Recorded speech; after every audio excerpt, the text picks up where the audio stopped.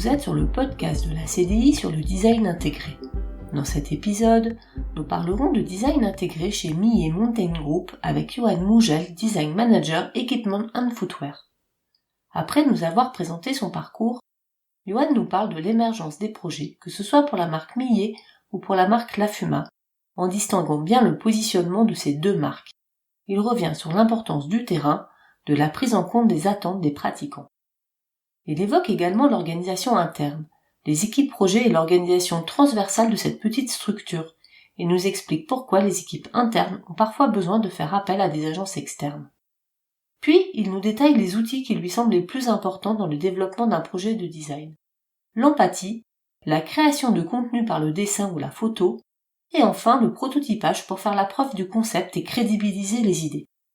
Nous comprenons que chez Millet Mountain Group, les designers interviennent de la naissance de l'idée au suivi de l'industrialisation, avec la prise en compte des impacts financiers, des choix qui peuvent être réalisés. Nous finissons l'épisode sur la question des impacts environnementaux.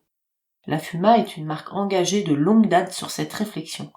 Il nous parle donc d'analyse du cycle de vie, d'impact, de choix et de contraintes. Je vous laisse découvrir cet épisode. Merci d'écouter Raconte, le podcast sur le design intégré en entreprise de la CDI. Si vous aimez cet épisode, partagez-le autour de vous et pensez à le noter. Merci. Bonjour Johan, merci d'être avec nous et merci d'accepter de participer à notre podcast. Donc pour commencer cet épisode, peux-tu présenter ton parcours s'il te plaît ? Bonjour Annabelle et merci pour cette invitation. Je suis ravi de participer à ce podcast que je suis depuis ses débuts. Donc moi c'est Johan Mougel, j'ai 36 ans. Je suis design manager pour le Millet Mountain Group sur les catégories chaussures et équipements. Depuis quelques années, à vrai dire, en fait, je n'ai connu qu'un seul groupe depuis mes débuts professionnels. Dans un premier temps, le groupe Lafuma et dans un deuxième temps, le Millet Mountain Group, sous son nouveau nom et sa nouvelle organisation, nouvelle structure. Mon parcours, alors il est assez classique, on va dire. J'ai commencé par un bac STIR appliqué à Nancy, l'école de Jean Prouvé. Alors, pas cette école en particulier, mais Nancy est en tout cas connue pour ça. Ensuite, je me suis dirigé vers un BTS design de produits, l'ESSAB de Nevers, donc l'école supérieure des arts appliqués de Bourgogne de Nevers, qui a une bonne réputation, en tout cas sur cette formation en design de produits. Et puis ensuite, dans un souci, je dirais, de rentrer dans un univers beaucoup plus concret, j'ai opté pour une licence design de produits, pôle supérieur de design de Villefontaine, qui est rondement mené par Laurent Thiebaud. C'est une grande satisfaction d'intégrer cette licence de design de produits au sein de cette école que je ne connaissais pas, que j'ai découvert justement lors d'une journée d'intégration, où j'ai pu découvrir aussi la licence maquette prototype qui joue aussi d'une belle réputation.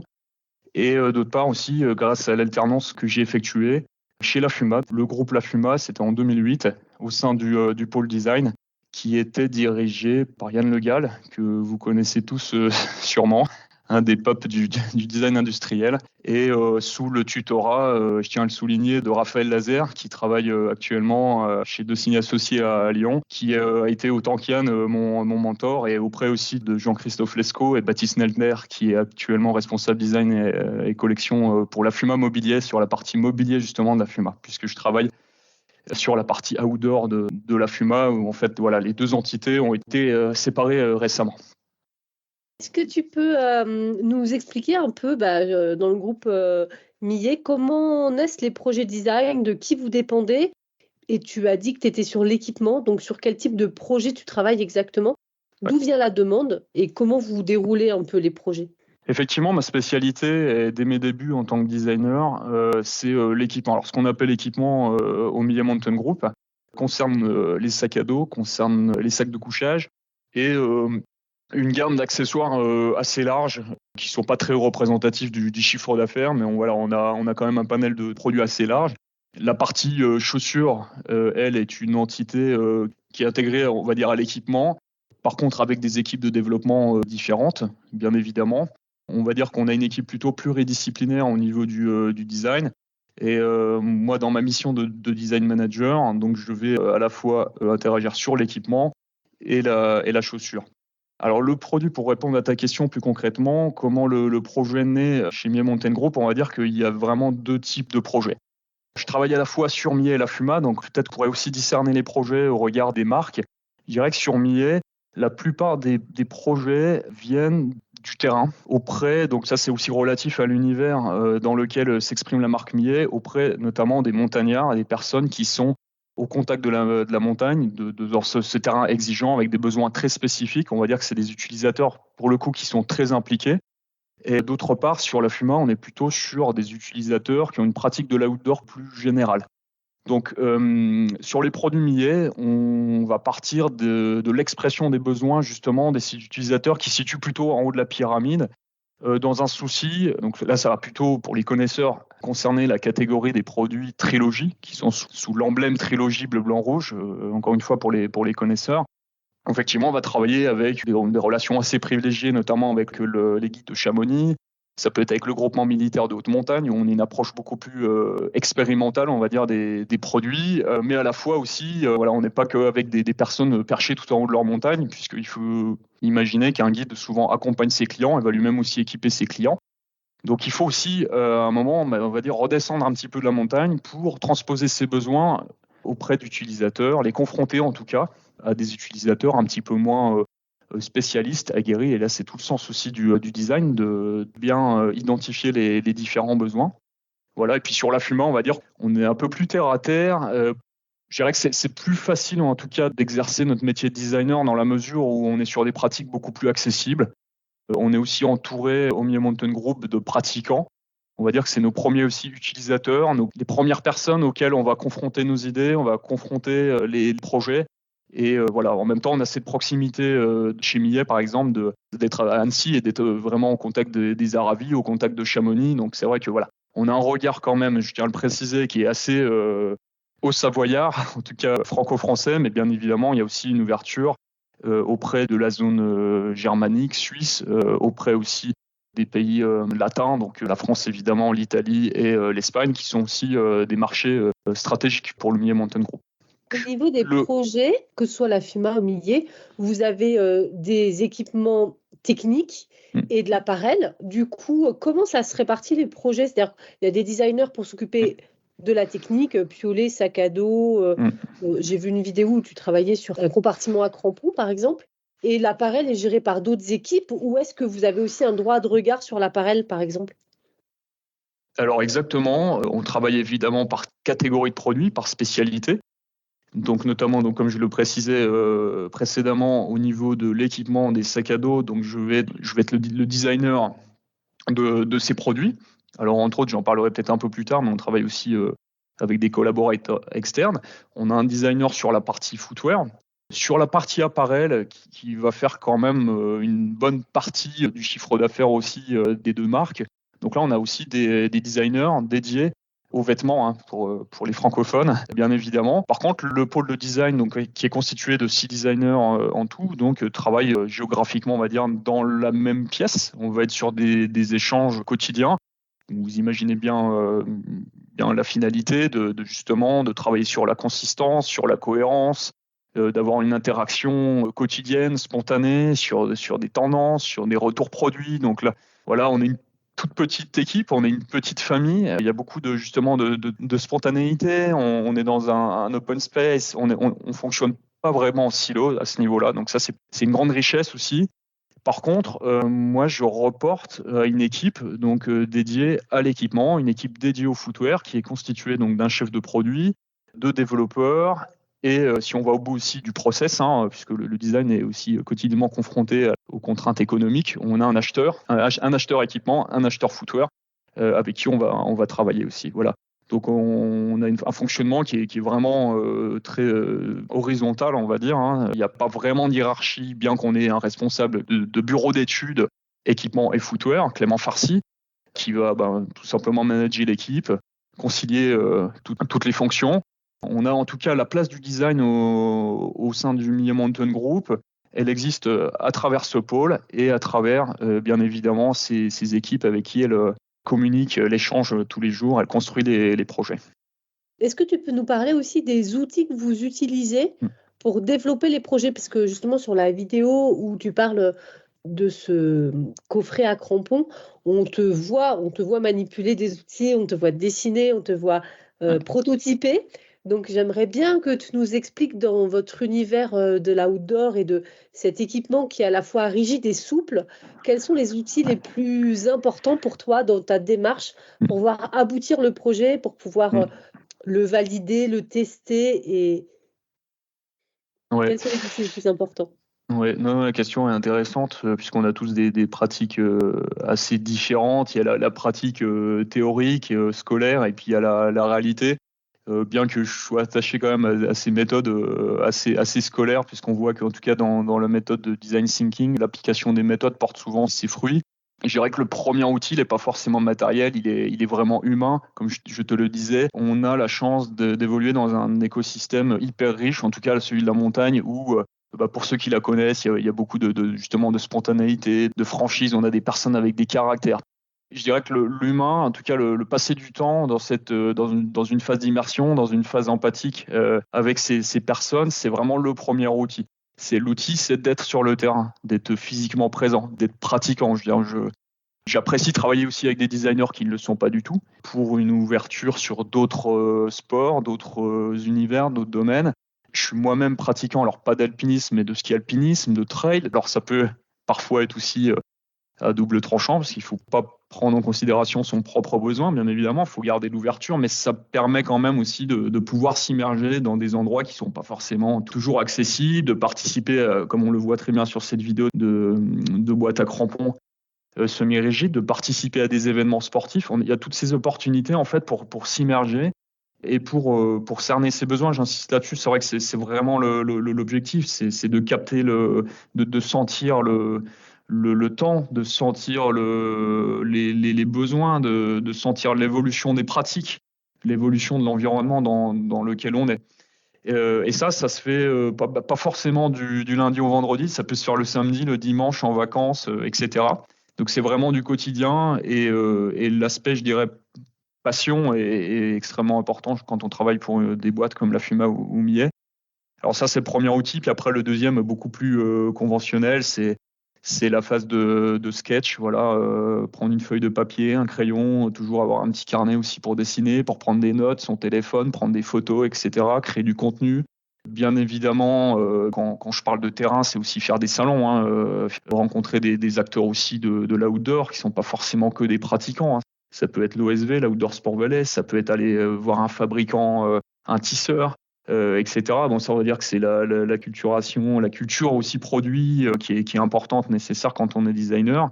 Il y a bien évidemment l'ouverture aussi à travers Internet et tous ces outils qui sont en pleine évolution. Je pense plus récemment à l'intelligence artificielle qu'on est en train aussi d'expérimenter en interne pour accélérer on va dire la capacité de projection de l'idée. On voit qu'aussi ça peut avoir une influence dans une phase de mood board, de trend board, mais ça peut être aussi une manière d'accélérer sur des rendus pour permettre accroître, on va dire, la capacité de projection de l'idée sans investir toute une machine des fois qui peut être lourde de développement, de prototypage. Et ça me permet du coup de parler de prototypage, puisque pour moi c'est aussi, on va dire, l'outil indispensable, c'est le prototype, c'est la rapidité de la preuve de concept qui va justement crédibiliser l'idée. Et alors là, toute transparence, nous on passe à la machine à coudre, on découpe, on colle, on fait des monstres. En tout cas, dans une phase d'itération, le prototype reste indispensable. Tout ça, c'est en amont, on va dire, de la phase de développement, dans laquelle le designer chez la Fuma Millet est très intégré, puisqu'on est quand même garant du design produit jusqu'à la phase d'industrialisation, en accompagnant aussi le développeur. Donc ça, c'est super intéressant. Ça fait qu'on a un panel quand même de compétences qui est très large. On a un champ d'intervention qui est aussi très large, qui, je pense, assez spécifique à notre taille d'entreprise, à notre fonctionnement, quoi. Ok. Du coup, tout à l'heure, tu disais que vous étiez 6 designers à travailler sur l'équipement. Et du coup, comment vous répartissez les projets? Et puis, tu nous disais aussi que vous faisiez intervenir des personnes extérieures, peut-être des agences ou Oui. des indépendants. Est-ce que tu peux nous expliquer, du coup, comment se répartissent les projets entre l'interne et l'externe? Et essayer d'expliquer aussi éventuellement à des entreprises qui pourraient écouter cet épisode pourquoi un designer interne, à un moment, a besoin de faire appel à un externe. Dans quel cas c'est nécessaire? Alors au niveau de la répartition des projets, il y a ce qui, on va dire, coule de source. S'il y a on décide de travailler sur un sac à dos, je vais en prendre la charge. Si on décide de travailler sur une chaussure, on va avec Nicolas Thomas, donc le designer footwear, se pencher sur le projet. On va dire que ça va se faire de manière individuelle, parfois en équipe. Ça va aussi dépendre du type de projet. Où l'impact du design peut être un petit peu différent. Concrètement, un projet, on va dire, d'exploration, on va essayer de mettre le plus de personnes autour de la table. Un projet d'exploitation où le cadre est assez défini par le chef de produit, voilà, on va mettre un seul designer sur le projet. Et sur des projets assez stratégiques, effectivement, on va faire appel à des collaborateurs externes. La plupart, vous les connaissez. On a Didier Epin de SingSing, qui est un collaborateur de longue date. Je vais pas tous les citer, mais en tout cas, faire appel à eux aujourd'hui, c'est indispensable. D'une part, parce qu'on ne peut pas subvenir à tous les besoins de création, et d'autre part, on a besoin de garder cette ouverture d'esprit, cette ouverture que peut nous apporter le collaborateur externe, pour des raisons assez évidentes, pour lui-même, sa culture, sa diversité de projets sur lesquels il travaille toute l'année dans différents domaines, auprès de différentes marques qui ont elles-mêmes des façons de designer différemment. Donc il y a cet échange qui se fait, il y a cette nécessité de se challenger perpétuellement, on va dire. On le fait par nous-mêmes et on le fait aussi par le biais de ces collaborateurs externes. Ouais. J'aurais une dernière question pour finir cet épisode. C'est bien sûr, comme vous travaillez dans l'outdoor, les impacts environnementaux de vos produits, comment vous les prenez en charge à l'étude, et surtout le changement climatique aujourd'hui, les sports de montagne, les sports de neige, les sports de glace. On peut se poser la question de leur avenir et du coup, comment vous anticipez ces changements-là au sein des produits, au sein du développement, dans la stratégie d'entreprise? C'est aussi une question très intéressante, très contemporaine. On a vraiment une accélération, je dirais, sur la réflexion. Depuis peut-être le Covid, mais même avant. Je pense à la Fuma notamment, qui a été plutôt précurseur, en tout cas dans ses réponses, qu'il l'a fait avec plus ou moins de succès. Mais dès les années 2000, en fait, la Fuma s'est posé cette question de comment demain une entreprise de cette taille, même si maintenant c'est une marque un petit peu plus petite qui a 20-25 ans, mais pouvait justement mieux anticiper cet impact que l'entreprise a. Donc ça, c'est quelque chose qui réellement concerne toutes les parties pris du projet aujourd'hui, à toutes les échelles, à tous les niveaux de l'entreprise. Plus concrètement, aujourd'hui, on va prendre en compte l'impact des produits avec un outil d'ACV, donc d'analyse de cycle de vie. On a un service aussi qui s'est structuré sur ces dernières années, géré par Bénédicte Desreux, donc qui travaille sur d'une part la RSE, d'autre part sur la qualité. Avec Eolia Masson, donc on va travailler plus spécifiquement sur l'outil d'ACV. On va l'utiliser en fait pour faire émerger les postes où il y a plus de travail en fait sur l'impact. Concrètement, on a ciblé la teinture, on a ciblé les matières premières. On va dire que ça se passe beaucoup au niveau du sourcing. Et c'est là où le designer, son rôle va être justement d'interagir avec ces services de manière beaucoup plus régulière et beaucoup plus profonde, où il faut vraiment qu'on accroît en fait notre domaine de connaissances sur ces choses qui étaient jusqu'à présent pas forcément transparentes. Vous imaginez pourquoi. On a des sous-traitants qui ont eux-mêmes des sous-traitants. On a un univers aussi, on va dire, de réglementation qui est aussi de plus en plus contraignant, mais on sait que le design aussi se nourrit de ces contraintes.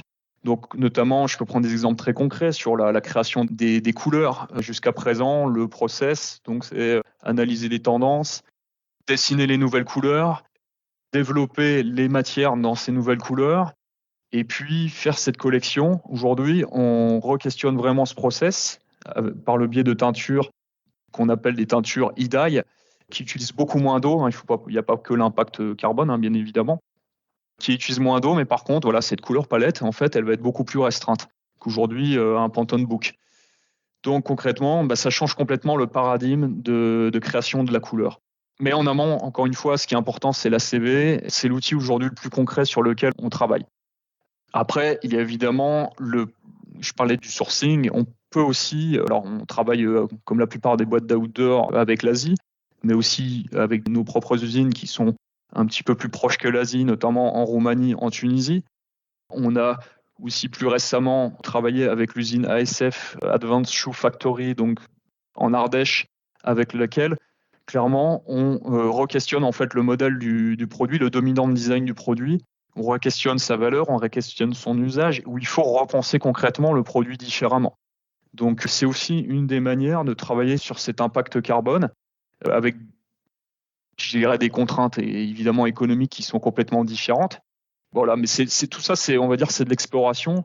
C'est un changement de paradigme, donc il faut être résilient. Là, c'est un petit peu le mot à la mode, mais clairement, je pense qu'il faut l'être. Il faut être beaucoup plus ouvert à ces évolutions qui sont très, très rapides. Et il faut aussi, encore une fois, j'en reviens toujours aux besoins, mais savoir où sont les vrais besoins, quoi. Parfois, on a pu faire l'erreur de faire ce raccourci de l'éco-conception qui est de dire je vais utiliser des matières recyclées. D'une part, on n'avait pas forcément le recul sur vraiment l'impact de ces matières recyclées. D'autre part, on ne sait pas si ça correspond vraiment à un besoin. Bien évidemment, on doit répondre aux besoins basiques, aux besoins exprimés. Est-ce que demain, ce sera un besoin incontournable, fondamental ? Je veux dire, toutes ces questions, on se les pose quotidiennement. Donc, encore une fois, il faut passer du temps sur le terrain, il faut passer du temps en magasin. On n'a pas que le consommateur comme interlocuteur, on a aussi le client, c'est-à-dire celui qui va intégrer nos marques dans ses magasins.